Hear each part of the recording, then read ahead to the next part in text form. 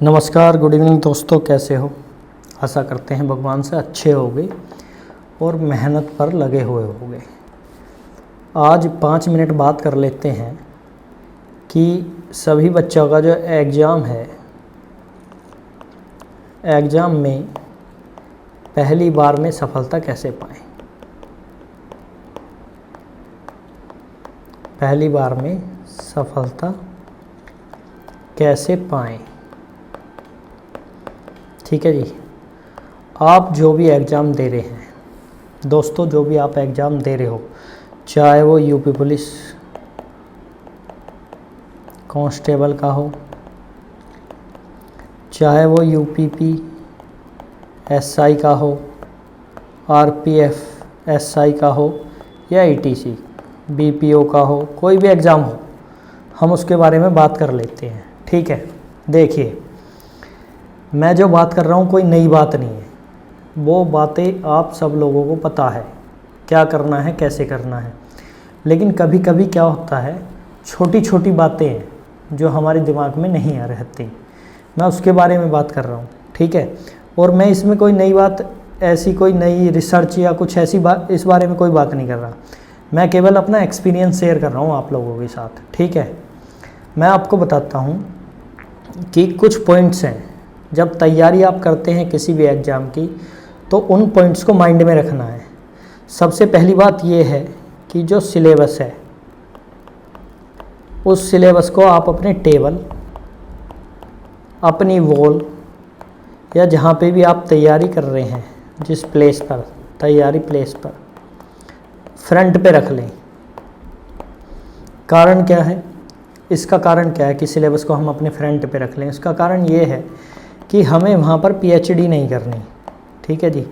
हम वहाँ पर पीएचडी करने नहीं गए, हमें केवल अपना सिलेबस तैयार करना है।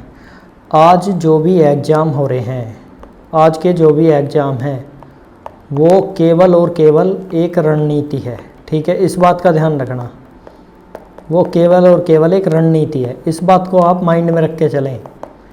और इस रणनीति में आप कैसे साम दाम दंड भेद क्या लगाते हैं, कैसे पास करते हैं।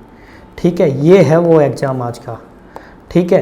अब देखिए कुछ पॉइंट्स क्या हैं, वो क्या ध्यान रखना है। पहला पॉइंट मैंने बता दिया, आप सिलेबस को अपने टेबल के सामने रख लें, सिलेबस को वॉल पे लगा लें, जिससे आपके दिमाग में रहे मुझे क्या पढ़ना है। अब इसमें एक बात और है, कन्फ्यूजन से बचें।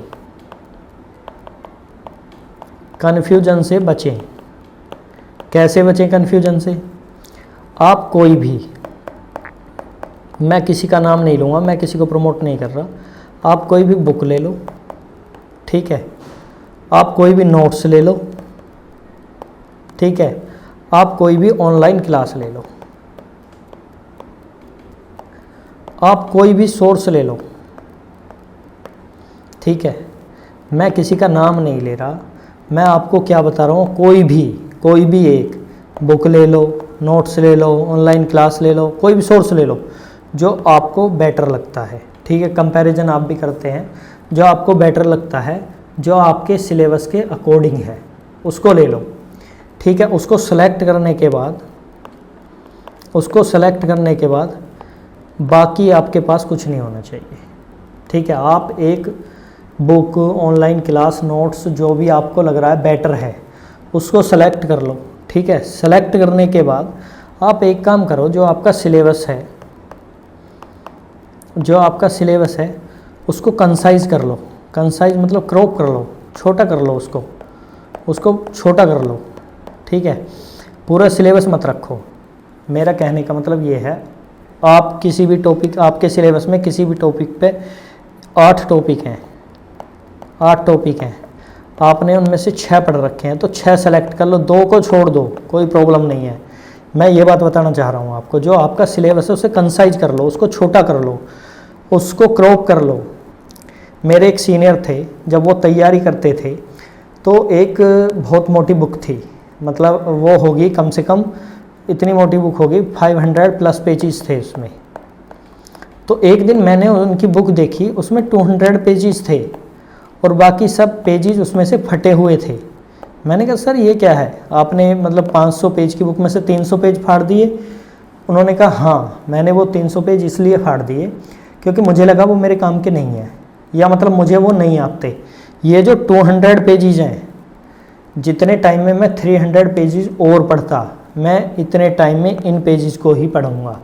मुझे केवल 200 पेज ऐसे कर लेने हैं कि यदि उसमें से क्वेश्चन मेरे सामने आया तो मैं क्वेश्चन स्किप नहीं करूँगा। उन्होंने ये बात बताई। तो ये बात ही, यही एक्सपीरियंस मैं आपके साथ शेयर कर रहा हूँ सेलेक्ट होने के लिए, रणनीति के लिए मैं इसको सेलेक्ट कर रहा हूँ। जो भी आप सिलेबस है उसे कंसाइज कर लो, उसको छोटा कर लो, आपके नोट्स बुक जो भी हैं। फिर उसमें क्या करना है, आपको मल्टीपल रिवीजन करने हैं,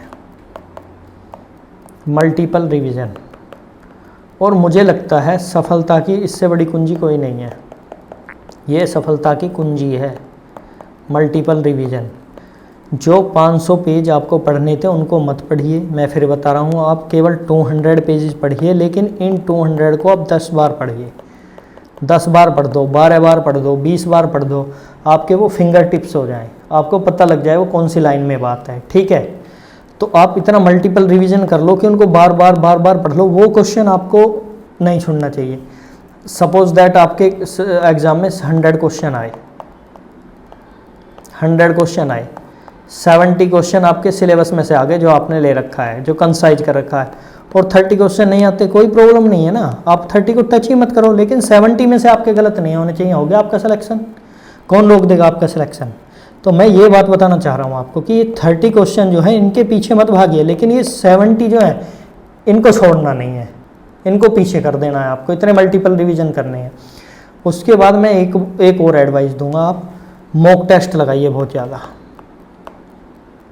ठीक है। मॉक टेस्ट लगाइए, प्रैक्टिस पेपर करिए, प्रैक्टिस पेपर जो हैं उनको करिए। उससे क्या होगा, उनको करिए और उनको चेक करिए, खुद ही चेक करो, सेल्फ चेक करो, उनको सेल्फ चेक करिए। उससे क्या होगा, आपको पता लगेगा कि जो आपका सिलेबस है, आपके सिलेबस में से आपसे क्या बच रहा है। उस मॉक टेस्ट को लगाइए, प्रैक्टिस पेपर को लगाइए, उसको सेल्फ चेक करिए कितने क्वेश्चन गलत हुए, किस टॉपिक से हुए। उस टॉपिक को तुरंत उठाइए, उसको 1-2 दिन रिवाइज करिए, फिर नेक्स्ट मॉक टेस्ट लगाइए, फिर नेक्स्ट वाला प्रैक्टिस पेपर लगाइए, फिर उसमें देखिए क्या उस टॉपिक को अब आप कर पा रहे हो। मान लो पॉलिटी है, ठीक है जी, पॉलिटी का मौलिक अधिकार है, मौलिक अधिकार में से क्वेश्चन आया, आपने मॉक टेस्ट किया, वो आपका गलत हो गया, कोई प्रॉब्लम नहीं है। आप इस क्लास में से देखिए, या आपके पास जो नोट्स हैं, बुक्स हैं, उसमें से मौलिक अधिकार को पढ़िए, 2 बार पढ़ लीजिए, फिर आप नेक्स्ट मॉक टेस्ट लगाइए, फिर उसमें देखिए जो मौलिक अधिकार का क्वेश्चन आया है आपका वो सही हो गया, आपने वो कर दिया, ठीक है। तो ये रणनीति थी, ये मैं बता रहा था आपको, इसमें कुछ नया नहीं है, आप सब जानते ही हैं, लेकिन बस मैं इतनी बात बता रहा हूँ कि रिवीजन जो है वो बहुत ज़रूरी है, मॉक टेस्ट जो है वो बहुत ज़रूरी है, मल्टीपल रिवीजन करने हैं आपको, ठीक है। और आपका सिलेक्शन फिर कोई नहीं रोकता।